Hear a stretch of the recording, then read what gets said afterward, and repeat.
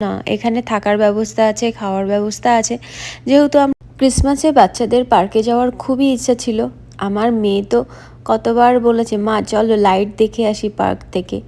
আমরা পার্কে গেছিলাম, কিন্তু পার্কে গিয়ে দেখি পার্কে লাইট জ্বলছে না। সেদিন পার্ক বন্ধ ছিল। তাই আমরা সেদিন ঘুরতে গেছিলাম একটা হোটেলে।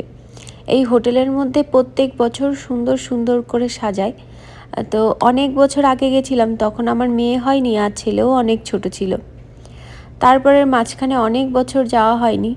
তারপর এবছর আমরা এই হোটেলের মধ্যেই গেছিলাম লাইট দেখতে।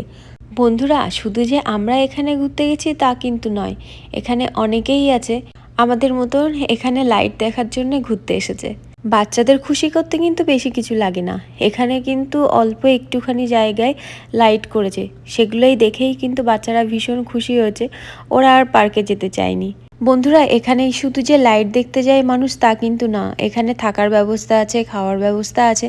যেহেতু আমরা বাইরের খাবার খাই না, ভগবানকে ভোগ নিবেদন করে সেই প্রসাদ পাই, ওই জন্যে আর বাইরের খাবার আমাদের খাওয়া হয় না। রাধে রাধে।